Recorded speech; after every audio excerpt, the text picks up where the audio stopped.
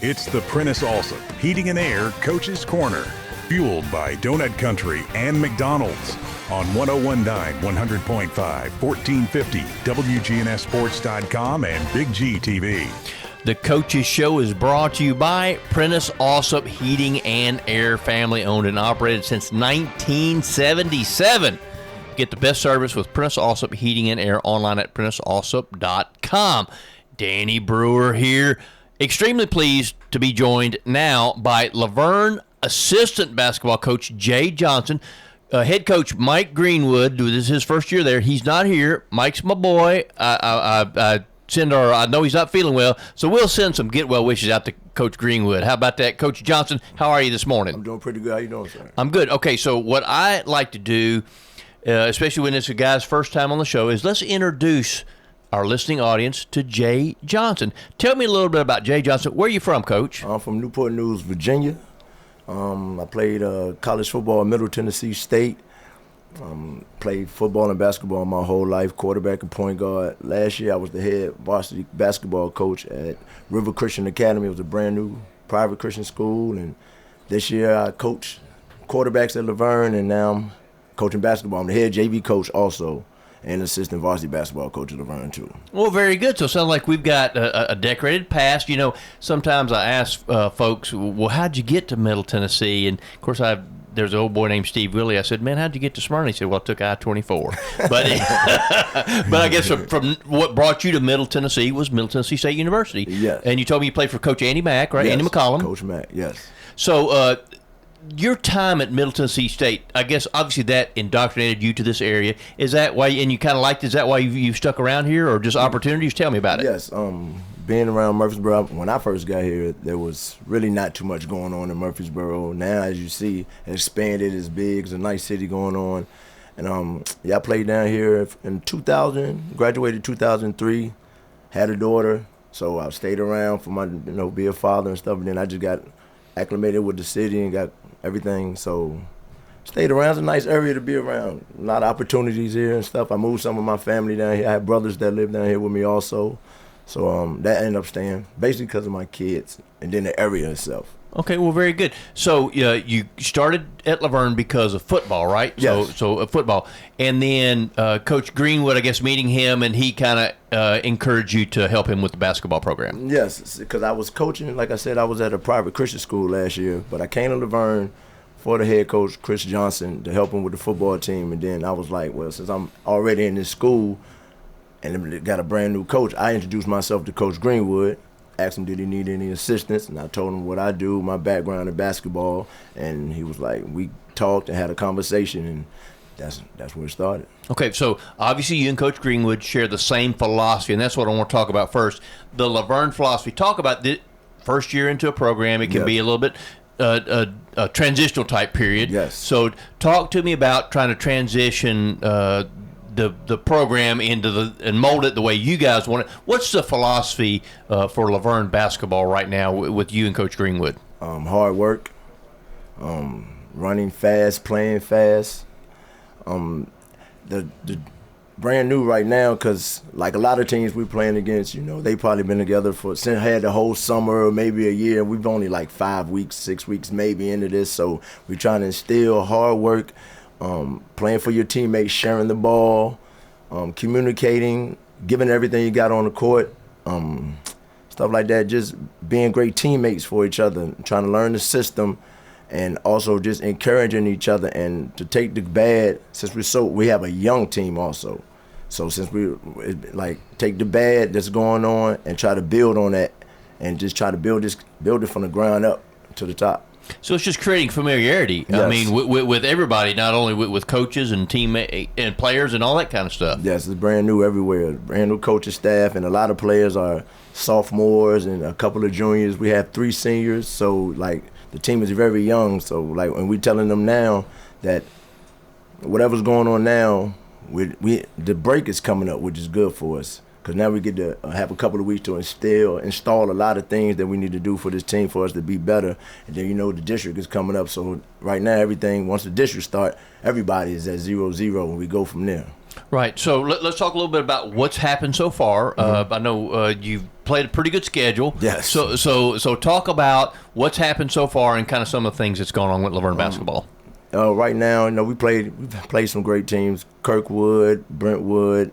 We had a tough loss to Ravenwood. Cookville was a tough loss. So we're trying to learn from our mistakes. Like, we're in the game, and we gotta, as a team, we're trying to teach the kids to take adversity and build on top of that. Don't let, if we have a lead or they get a lead and they make a run, because basketball is a game of runs, so we got to be able to withstand that and then build on top of that. And don't let a run take you down mentally, and then a run turns into a blowout. So that's what we're trying to get to. Okay, so how many games did y'all play this past week? Yes, we played. We had a game Monday night. We played Tuesday. Then JV, we had 2 games Wednesday. And yesterday we played at Riverdale against Brentwood. And today we have a game at 4 o'clock against Brentwood Academy. So we like 4 games in 5-6 days maybe. Right. Now, you mentioned you're the JV head coach. Yes. Okay, so a lot of times programs don't, or people don't understand the importance of the JV program. Oh, man, but it's building block, right? Yes, because that's going to be the future. So my job is to develop the JV kids, the 9th graders and some of the 10th graders, and build their game up with their confidence and the system that we're trying to implement. So when they get to varsity, they'll be ready to just jump on in a smooth transition. So let's talk about what you got coming up. You mentioned you played today. I guess it's a JV game today? No, it's a varsity game. Varsity a Riverdale game tournament. Okay, Riverdale tournament. Oh, well, that's good. It's Brentwood Academy. So you're playing locally in a tournament type atmosphere. Got to be good for your kids there, especially playing somebody like Brentwood Academy. Yes, it's good exposure for them kids so they can see competition and they can test themselves against the competition. So it'd be pretty good. Yesterday we lost to Brentwood. It was a close game in the beginning. Then, a couple of runs here and there, we ended up losing, but hopefully we get a win today against Brentwood Academy. Okay, so when you talk about going to a gym where there's a bunch of different people, a bunch of different teams, that's good too, isn't it? Yes, it's good for the kids because, like I told them, when I played, I loved the crowd. I wanted to be packed in somebody else's home. So when you beat them, you can hush the crowd and then leave with a victory. It feels better for your team. Well, years ago, I interviewed a guy named Al McGuire. I don't know if you know who Al McGuire is. Al McGuire was the head coach of Marquette University when they won the national championship in 1977. Oh, Al, yes, I know Al McGuire. Yeah. So he's a lot more famous probably for his announcing, yes. because he was the NBC commentator. But anyway, Al McGuire told me, I was lucky enough to interview him one time. I said, Coach McGuire, what's the biggest thrill for you coaching? And I thought he would say something about, well, when we beat, Kentucky or what. He just said winning on the road. Winning on the road. He said going into somebody else's house and winning, that's been my biggest thrill. Yes. And so, obviously you agree with that. Yes. Winning on the road because the crowd is against you, everybody's against you, and so you come back, and then it's just you and your team. And it's everybody got to band together and try for one goal and try to get us a victory. Whether it's easy or rough, you got to stand with each other and hold each other accountable and have your teams back and try to get you a victory out of it. Okay, so you play today against Brentwood Academy. After today, what do you got coming up after that? Do y'all take a little break? Or? Yes, we get a well-needed break. Because like I said, since we all brand new and only a couple of weeks at this, we get 2 weeks to just practice and get a whole lot of practice time and get these kids up to par with what we're trying to do and implement some more things. And so after this game, this break is going to be very big for us coming into, because the district starts after that. So this break is going to be real big, real helpful for us so we can get our kids where they need to be. I know that what you're telling me, I know you understand this. Do your kids understand the importance of practice time? Yes. One thing about our kids, they love to be in the gym. They always ask me, Coach, you opening the gym on Saturday? You going to open the gym? They always trying to be in the gym. But what we're trying to teach these kids is you have to treat practice like you would treat the game. So we can't just be in practice just going through the motions, going half speed on layups and stuff, because then when you get in the game and somebody's chasing you and you have to go 100%, then you might miss the layup because in practice you only been going 50%. So we're trying to teach them that practice, you have to give everything you got in practice. So when you get in the game, it could be the same thing because you practice just like you're going to play. So exactly what I was going to ask you, a true or false question. True or false, you build yourself at practice, not during the games. That's when you make yourself. Yes. So when you think about this, as far as school won't be in session, any of that kind of stuff, do you think maybe that can help as far as focus goes? Because obviously I know y'all will be meeting, so you think that can help because they don't have to worry about exams or classes. Just let's think about basketball. Yes, and then we can watch film. You watch film of the past games and see your mistakes, because instead of us, like, we try to watch film with the kids, because when we're telling them on the court, during the game, they might not understand what we're saying. So then we get to watch film and show them. So now with these 2 weeks off, we get to watch film, break down things that they've been doing right and things they're doing wrong, and then we could build on everything. And it's just all about basketball now. They don't have to worry about going through, like you said, tests, school, teachers, or nothing. It's just strictly basketball for a couple weeks. So when January comes, we can hit the ground running.